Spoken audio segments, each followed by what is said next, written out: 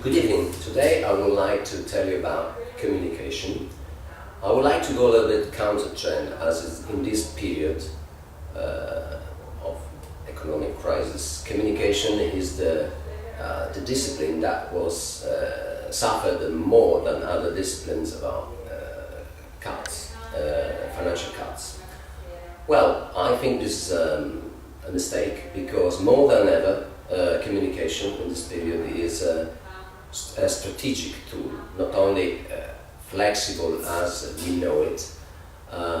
It's strategic because in a period of overcapacity, where the difference between the supply and demand is absolutely clear to everybody, the best tool to differentiate yourself and to express the value of your offer to the market, whether a product or a service, is communication, first. And second, in a period where most people are afraid about spending in communication and marketing, it is easier to be noticed, to speak with your public,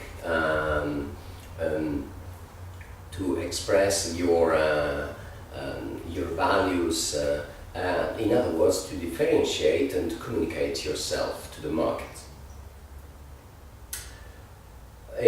Also, it is very important to consider that in the emerging markets, being this discipline quite sophisticated, because it is related to the intangible rather than tangible things like products. It's something that we in the Western world manage better than the emerging market, so we can compete better by using this company tool, this discipline, the communication.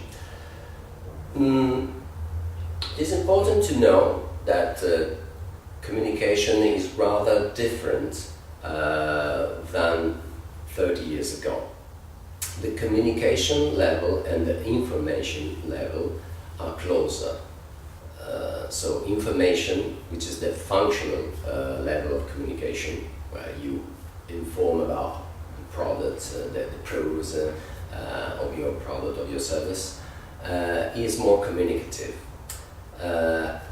On the other hand, communication, which is the advertising level, the synthesis, the slogan, the payoff of your offer, can be more and more informative, keeping an emotional framework of the communication. This is due to the fact that people have access to a lot of information due to the web and to the social networks, and therefore the marketing proposition must be closer to the facts.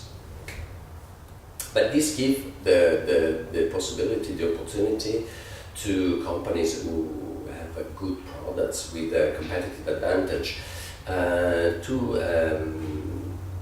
to express themselves, to speak about these qualities and achieve many targets at a much lower cost than in the past. So it's a tool that allows a lot of medium-sized companies, for example, to go for a growth path. There are some very good examples of a perfect use of communication. I could mention many of them, but I just want to give two examples because they are to some extent linked to each other, because they are opposite, but in the same time they're very, very similar, and they are very effective.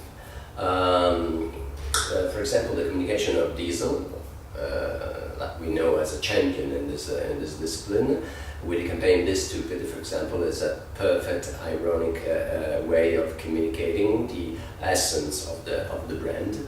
And on the other hand, Piazza Italia, quite famous and fast-growing Italian retailer in the low-price segment for the apparel and clothing segment, is using the campaign "be stupid" as opposed to the be intelligent as opposed to the "be clever" of Diesel.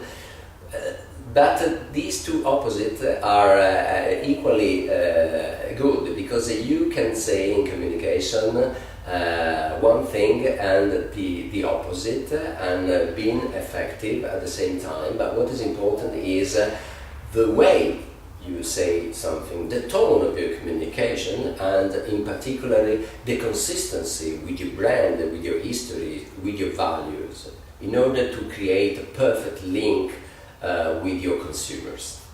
Good evening, and thank you for your attention.